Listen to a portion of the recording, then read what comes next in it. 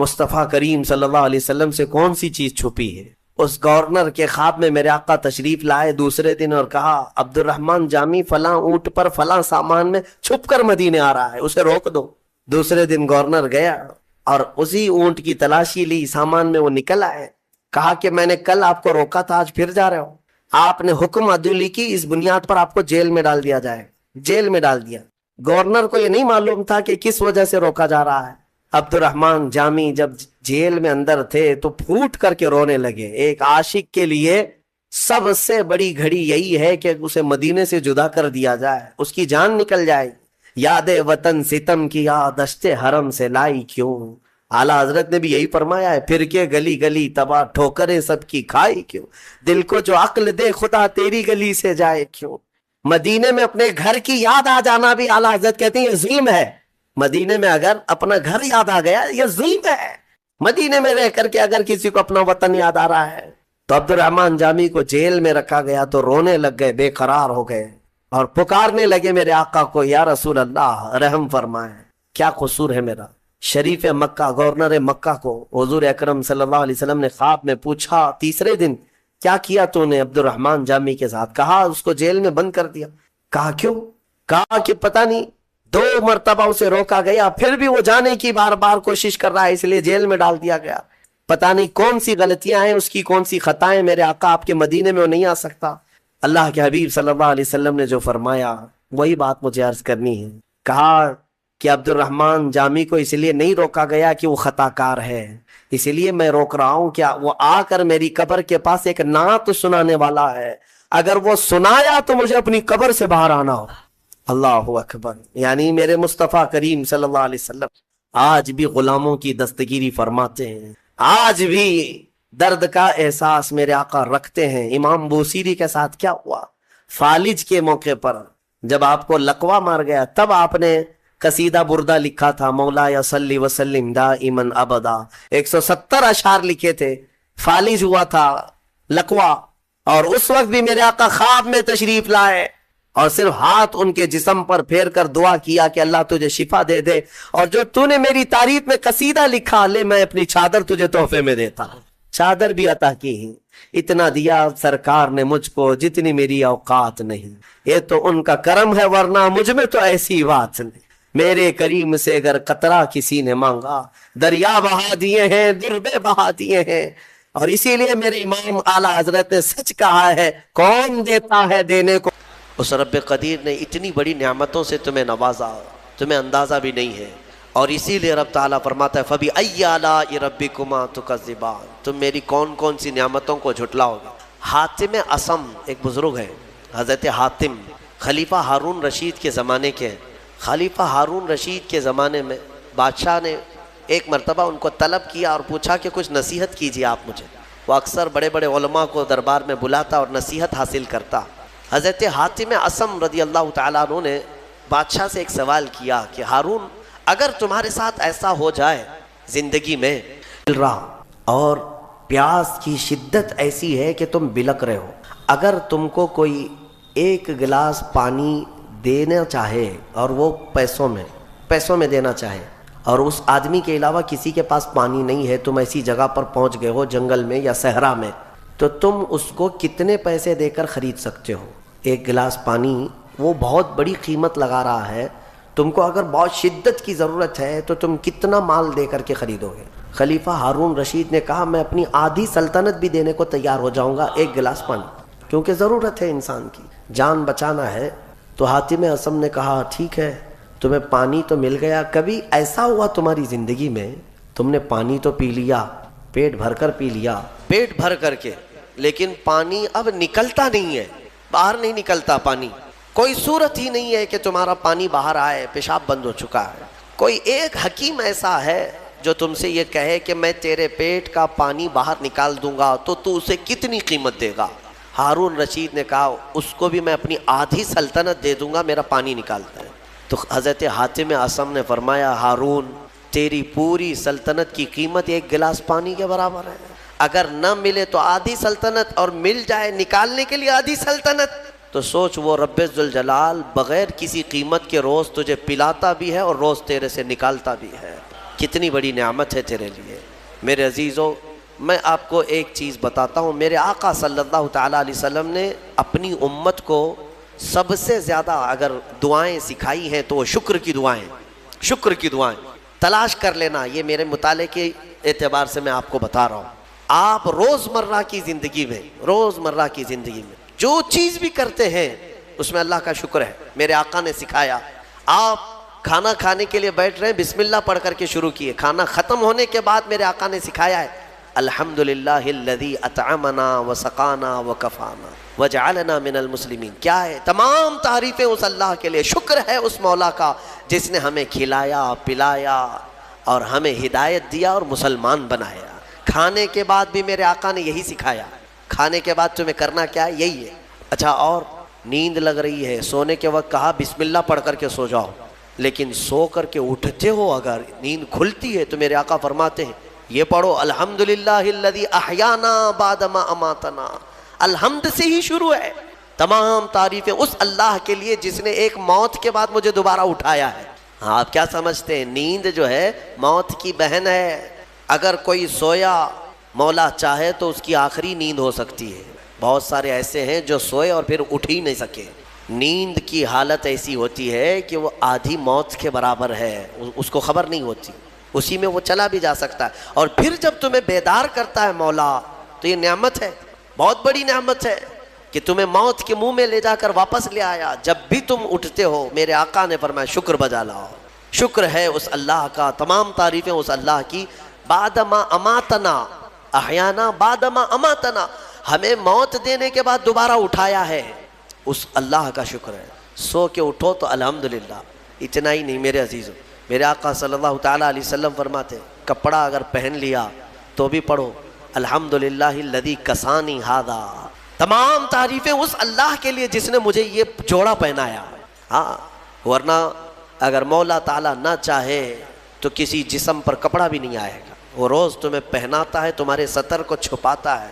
اتنا ہی نہیں، میں آپ کو بتاؤں، استنجا کے لیے بھی جاتے ہو، پیشاب کے لیے فرمایا گیا کہ بسم اللہ پڑھ کر کے تو جانا ہے اور اللہ کی پناہ مانگ کر کے جاؤ، بسم اللہ اللہم انی اعوذ بک من الخبث والخبائث۔ لیکن جب تم استنجا کر کے باہر آتے ہو تو حضور نے فرمایا پھر یہ کہو الحمدللہ الذی اذھب عنی الاذى وعافانی۔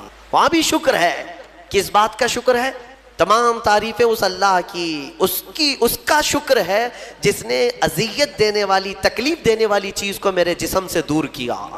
تمہیں اندازہ ہے زہر ہے یہ جو اندر استنجا جمع ہو جائے تو آسانی سے آج پیشاب کر لیتے ہو، آسانی سے آج تم حاجت کر لیتے ہو، پخانہ ہو جاتا ہے، تو اس کو یوں مت سمجھ لینا کہ تمہارا کمال ہے، یہ رب تعالیٰ کی ہزار نعمتوں میں سے ایک نعمت ہے۔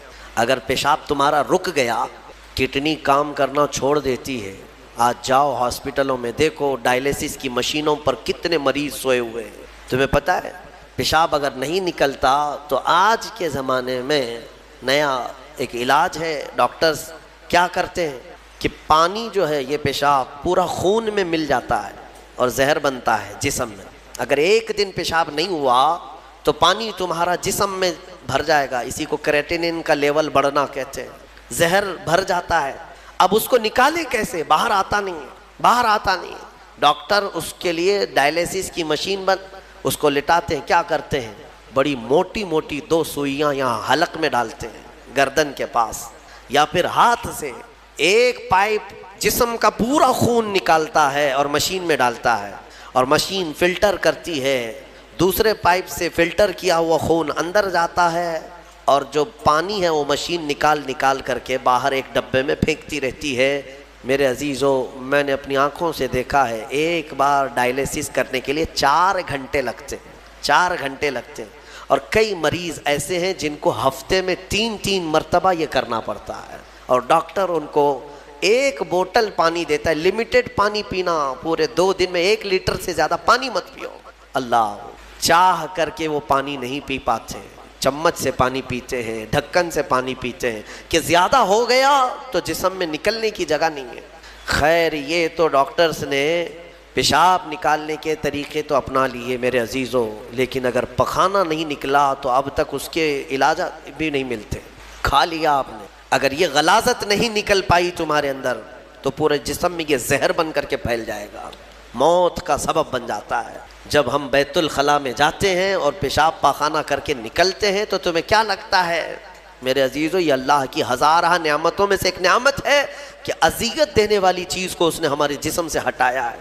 اسی لیے مولا فرماتا ہے فَبِأَيِّ آلَاءِ رَبِّكُمَا تُكَذِّبَانِ، تم میری کون کون سی نعمتوں کو جھٹلاؤ گے؟ اچھا، یہ تو نکلنے والی بات میں نے کیا نا، نکلنے والی بات، لیکن تمہیں پتہ ہے تمہیں اگر کھانے کے لیے بھوک نہ لگے تو کچھ نہیں کر سکو گے۔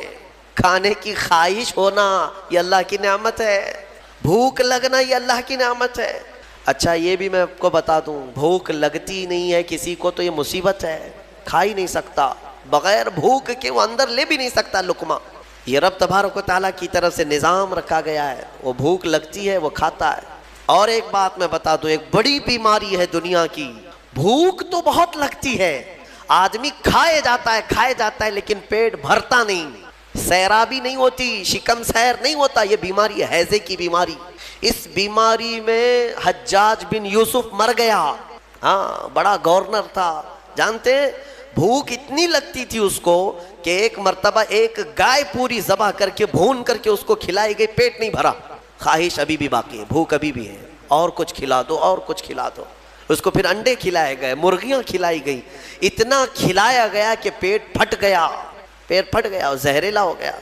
آپ کو کیا میں بتاؤں، پیٹ 4 لقمے کھانے کے بعد، کسی کو 10 لقمے کھانے کے بعد ایسا لگتا ہے نا پیٹ بھر گیا، الحمدللہ پیٹ بھر گیا ہے۔ یہ جو شکم سیر آپ کو لگتا ہے یہ اللہ کی نعمت ہے۔ کچھ لوگوں کو یہ بیماری ہے کہ تم ان کو 4 کلو بھی اندر کچھ ڈال دو تو یہاں کی جو چاہت ہے وہ نہیں جائے گی، ہاں خواہش نہیں ختم ہوگی۔ اسی طرح پیاس لگنا اللہ کی نعمت ہے، اور پیاس کا بجھ جانا یہ بھی نعمت ہے۔ سکرات کے وقت میں فرمایا گیا کرے ایک ندی پانی بھی اس کو پلایا جائے تو یہ حلق نہیں سوکھے گا، پیاس باقی رہے گی، اور پانی اور پانی اور پانی۔ تم اندازہ کر سکتے ہو، ایک گلاس پانی پینے کے بعد اگر ٹھنڈک لگی، ہاں پیٹ بھر گیا، پیاس بجھ گئی، نعمت ہے اللہ کی یہ۔ اور ایک بیماری یہ ہے کہ اس کے اندر ایک بالٹی پانی بھی ڈال دیا جائے تو حلق نہیں سوکھتا، پیاس بجھتی نہیں ہے، پھر زبان چپکنے لگتی ہے، حلق سوکھنے لگتا ہے، یہ بیماری ہے۔ میرے عزیزو، میں تو صرف تمہارے جسم کی نعمتیں گنا رہا ہوں، تمہیں اندازہ بھی نہیں ہے۔ ابھی چند دنوں قبل میں نے اپنے بچوں کے سامنے بھی ایک بات عرض کیا تھا، میں 1-2 سال قبل شاید ایک مطالعے میں تھا، کسی چیز کی اسٹڈی میں، ایک نئی چیز میرے مطالعے پہ آئی تھی۔ ایک صاحب کئی دنوں سے وہ بیمار رہتے تھے، ان کو ہوتا کیا تھا، چلتے تھے تو اچانک ٹیڑھے ہو جائے اور ایسا لگے کہ دیوار گر رہی ہے، روڈ پہ چلے تو ایسا لگے کہ یہ گاڑی میرے اوپر گرے گی۔ ہاں یہ ایک بیماری ہے۔ آپ زمین پر کھڑے ہوتے ہیں، 2 پیروں سے کھڑے ہوتے ہیں نا، بیلنس کیسے رہتا ہے تمہارا؟ یہ چاہے موٹے ہو تگڑے ہو لیکن سیدھے تو کھڑے رہتے ہو، اور چلتے ہو تو کیا ایک طرف جھک جھک کے چلتے ہو، کبھی ادھر کبھی ادھر نہیں، ہوائیں چاہے جتنی بھی آئیں آپ سیدھے چلتے ہیں۔ یہ کون ہے جو تمہارے بیلنس کو مینٹین کیا ہوا ہے؟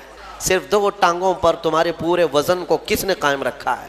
اگر تجربہ کرنا ہے تو مٹی کا ایک پتلا اس طرح سے چلا کر کے دکھاؤ، 2 ٹانگوں پر چلا کر کے دکھاؤ، بیلنس کون رکھے گا؟ ارے پتلے بھی اگر بنا کر کے کھڑا کرتے ہیں کہیں اسٹیچو تو انہیں گاڑ دیتے ہیں، کھڑا نہیں کر پائیں گے۔ اتنا تمہاری ہی وزن کے بعد 80 کلو کا ایک پتلا بناؤ مٹی کا اور اس کو صرف پیروں پہ کھڑا کر کے دکھاؤ، نہیں کھڑا ہوگا، ہوا آئے گی گر جائے گا۔ تمہیں ہوا کیوں نہیں گراتی؟ کون ہے جو تمہیں برقرار رکھا ہوا ہے؟ آپ کو میں بتاؤں تو حیرت ہوگی آپ کہ کون سی چیز مینٹین کرتی ہے، پتہ ہے آپ کو کون سی چیز تمہارے جسم کے اندر؟ نہ تمہارے ہاتھ نہ تمہارے پیر۔ اللہ اکبر، اللہ کی نعمتوں پر قربان جاؤ۔ ایک صاحب انہوں نے مجھ سے ملاقات کی تھی اور اپنی بیماری یہ بتائی تھی کہ ایسا لگتا ہے، تعویذ بھی کرائے، دعا بھی کرائے، وظیفے بھی کروائے، بہت ساری۔ ایک ماہر دانشور تھے، انہوں نے مجھ سے یہ کہا کہ مولانا مسئلہ یہ ہے کہ ہمارے دونوں کانوں کے بیچ میں ایک چھوٹا سا پارا، ایک قطرہ ہوتا ہے پارے کا، لکوڈ پارا دیکھیں آپ بی پی چیک کرنے کے وقت جو چڑھتا اترتا ہے مشینوں پہ، اس طرح کا ایک ہلکا سا ایک لکوڈ قطرہ ہمارے دونوں کانوں کے برابر بیچوں بیچ ہوتا ہے، اور وہ قطرہ ہے جو پورے بیلنس کو مینٹین کرتا ہے، وہ ایک قطرہ ہے۔ اگر اس قطرے کے اندر ذرا برابر بھی ادھر ادھر ہوا، وہ ایک طرف ہو گیا تو آدمی یوں چلنے لگ جائے گا، اگر وہ اس طرف ہو گیا قطرہ تو پھر آدمی اس طرف جھک جائے گا، اور یہ جلدی ہوتا نہیں ہے، وہ اتنا مضبوطی کے ساتھ پورے انسانوں کے جسموں کو سنبھالے رکھتا ہے۔ میرے عزیزو، پھر میں یہ پوچھتا ہوں فَبِأَيِّ آلَاءِ رَبِّكُمَا تُكَذِّبَانِ، تم اپنے رب کی کون کون سی نعمتوں کو جھٹلاؤ۔ اور ایک بات، عجیب عجیب چیزیں میں نے دیکھی، کبھی ہم غور نہیں کرتے نا اپنے جسم میں، اور اسی لیے میرا رحمان فرماتا ہے وَفِي أَنفُسِكُمْ أَفَلَا تُبْصِرُونَ، تمہاری ذات میں میری نشانیاں ہیں، تم دیکھتے نہیں؟ اللہ پوچھ رہا ہے، تمہاری اپنی ذات میں میری نشانیاں ہیں۔ محبوب الہی نظام الدین اولیاء رحمۃ اللہ تعالیٰ علیہ نے فرمایا، اللہ تبارک و تعالیٰ تک اگر پہنچنا چاہے بندہ تو صرف اس کی نسیں جو ہے نا، اس کی رگیں، یہی کافی ہیں اس کے لیے۔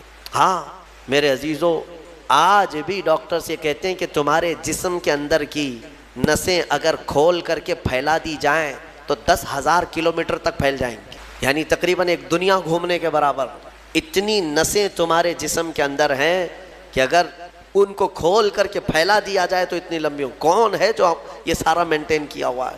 اور ہر نس میں وہ خون کو دوڑاتا ہے اور پھر واپس پہنچاتا ہے دل تک۔ ایک چیز میں جو کہہ رہا تھا وہ یہ ہے، عجیب سی چیز ہے۔ ایک صاحب نے فرمایا کہ ایک بیماری ہے کہ یہ ایک صاحب ہیں کہ ان کی آنکھوں کی پلک بند ہی نہیں ہوتی، اس پر تحقیق کی گئی۔ میرے عزیزو، کتنی چھوٹی چیز لگتی ہے، آپ پلکیں جھپکاتے ہیں نا، آپ کے اختیار میں نہیں، اور بہت ہلکی سی ہے، یوں کیا بند ہوئی، یوں کیا کھول دیا، آنکھیں بند ہو رہی کھل رہی ہے۔ آپ کو پتا ہے اس کے اندر کیا چیز ہے؟ کہا کہ ایک بہت ہلکا اسپرنگ ہے ان پلکوں کے بھی اوپر، باقی سب جگہ اس طرح اپنے آپ نہیں ہوتے ہیں کہ خود سے جو ہے بند ہو رہی ہو کھل رہی ہو۔ کان کیا اس طرح کرتا ہے ہمارا، اٹھ گیا اپنے آپ، بیٹھ گیا اپنے آپ؟ یہ ہلکی سی پلکوں کی جو چمڑی ہے، نیچے آتی اوپر جاتی، نیچے آتی اوپر جاتی، کیا چیز ہے؟ تو ایک صاحب نے ہمیں بتایا کہ بہت ہلکا اسپرنگ ہوتا ہے، اگر وہ اسپرنگ ختم ہوا کسی کا تو بلڈوزر سے بھی کھینچ کر کے بند نہیں کر سکو گے۔ ان پلکوں کی چھوٹی سی چمڑی کو کھینچ کر کے بھی بند نہیں کر سکو گے، وہ بند نہیں ہوگی پھر۔ اسی لیے مردوں کو دیکھو، اگر کسی کی آنکھیں بند نہیں کیا آپ نے موت کے بعد، وہ کھلی رہ گئی، تو پھر آپ گھنٹوں کھینچ کھینچ کے اس کی آنکھ بند کرو، بند نہیں ہوگی، نہیں ہوگی، کیونکہ موت کے بعد یہ سارا حصہ ختم ہو گیا۔ اور مرے ہوئے آدمی کو آنکھیں بند ہے اس کی، آپ نے بند کیا، پھر اس کے 1-2 گھنٹے کے بعد اس کی پلکیں اٹھا کر کے دکھا دو، کھول کر کے دکھا دو اس کی آنکھیں، سارے لوگ مل کر کے بھی اس کی آنکھوں کی پلکوں کو کھول نہیں سکے۔ میرے عزیزو، ہے تو بہت ہلکی سی چیز، لیکن تمہیں پتہ ہے اس کی معنویت کتنی ہے؟ اس کی معنویت کتنی ہے؟ یہ بات میں کیوں کہہ رہا ہوں؟ ایک صاحب کو یہ بیماری کی وجہ سے، اس بیماری کی وجہ سے وہ پاگل ہو گئے۔ کیا بیماری تھی؟ کہ پلک جھپک نہیں رہی ہے، بند نہیں ہو رہی ہے، اور بند نہیں ہو رہی ہے تو نیند نہیں آتی۔ جیسے نیند آئے گی تو آنکھوں کا آٹومیٹک بند ہونا ہے، اور آنکھ بند نہیں ہو رہی تو سوئے گا کیسے؟ اور نس ہونے کی وجہ سے وہ مینٹلی ختم ہو گیا، پاگل ہو گیا، اور اب تو شاید مر بھی گیا ہوگا۔ یہ کافی 2-3 سال پہلے کی بات میں ہم اندازہ بھی نہیں کرتے کہ اتنی چھوٹی چھوٹی چیزیں۔ میرے عزیزو، ہمارے بال جو جسم میں ہیں، ایک رواں بھی اس کا بال کا، یہ اللہ کی نعمت ہے۔ آپ دیکھیں ایک بال بھی نکل گیا تو پھوڑی آ جاتی ہے، اس کی قیمت بتانے کے لیے کہ یہ یوں ہی اللہ نے نہیں دیا تم کو، یوں ہی نہیں۔ ایک خاتون کو میں نے دیکھا تھا، چھوٹی سی لڑکی تھی وہ، اس کے صرف یہ آنکھوں کے اوپر کی بھویں نہیں تھی اور بال کچھ بھی نہیں تھے، جس کی وجہ سے وہ اتنی ڈراؤنی لگتی تھی کہ بچے دیکھ کر کے بھاگ جاتے تھے۔ صرف یہ آنکھوں کے بال نہیں تھے، اور وہ چہرہ چھپائے رہتی۔ بہت بڑی ٹیلنٹڈ بچی، پڑھنے میں لکھنے میں ساری چیزوں میں بہت اچھی، لیکن اس کی وجہ سے وہ چہرہ چھپائی رہتی۔ اس دن مجھے محسوس ہوا کہ اگر ایک بھی چیز ہماری ادھر ادھر ہو جائے تو انسان کا سارا جمال ختم ہو جاتا ہے۔ اسی لیے میرے عزیزو، اللہ نے جو چیزیں تمہارے پاس آج دی ہیں، شکر بجا لاؤ، اللہ کا شکر بجا لاؤ۔ اور سورہ رحمان آج تم نے سنا ہے، بار بار مولا کی بارگاہ میں عرض کرو، مولا ہم تیری کسی نعمت کو نہیں جھٹلاتے، ہر نعمت پر تیرا شکر بجا لاتے ہیں۔ میں اپنی گفتگو کو سمیٹتے ہوئے آخر میں ایک حدیث سنا دیتا ہوں۔ اللہ کے حبیب صلی اللہ تعالیٰ علیہ وسلم نے ارشاد فرمایا، آج ہی میں نے درس قرآن میں بھی سنایا تھا، حضور اکرم صلی اللہ علیہ وسلم نے فرمایا، 3 چیزوں کو غنیمت جانو، 3 چیزوں کے آنے سے پہلے پہلے۔ وہ 3 چیزیں کیا ہیں؟ توجہ سے سنو۔ میرے آقا فرماتے ہیں، جوانی ہے تو غنیمت جانو بڑھاپا آنے سے پہلے، جوانی کو غنیمت جانو بڑھاپا آنے سے پہلے، اس لیے کہ بڑھاپے میں جو کچھ ہوتا ہے وہ پھر وہ بوڑھوں کو معلوم ہے، ساری چیزیں ایک کے بعد دیگرے رخصت ہونے لگ جاتی ہیں، وہ طاقت نہیں، وہ قوت نہیں۔ بڑھاپے میں بہت خواہش تو ہوتی ہے کرنے کی لیکن کر نہیں سکتا، اسی لیے جوانی کو غنیمت جانو۔ اے نوجوانوں، عیاشی میں برباد کرو گے تو پچھتاؤ۔ دوسری چیز میرے آقا فرماتے ہیں، آج صحت ہے تو صحت کو بیماری سے پہلے غنیمت جانو، بیمار ہونے سے پہلے دیکھو اپنے ہاتھوں کو، پیروں کو، سب صحیح سلامت ہے آج؟ آنکھ دیکھ رہی ہے، کان سن رہے ہیں، زبان بول رہی ہے، ہاتھ پیر چل رہے ہیں، شکر کرو اللہ کا۔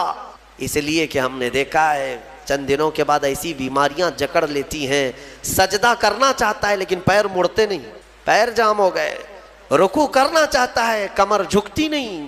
آج صحت ہے تمہارے پاس، کل آنکھیں ساتھ چھوڑنے لگ جائیں گی، کان کم سنائی دینے لگ جائیں گے، زبان میں راشا طاری ہونے لگ جاتا ہے، ہکلاہٹ آنے لگ جاتی ہے، چاہ کر کے بھی بہت ساری چیزیں تم کر نہیں پاتے۔ اسی لیے آج صحت ہے، غنیمت جانو اس کو، کوئی بیماری نہیں۔ آج چند ہی دنوں کے بعد دیکھنا کہ شوگر ساتھ، بی پی ساتھ، ایسے ساتھ ہوتے ہیں کہ پھر قبر تک نہیں چھوڑتے۔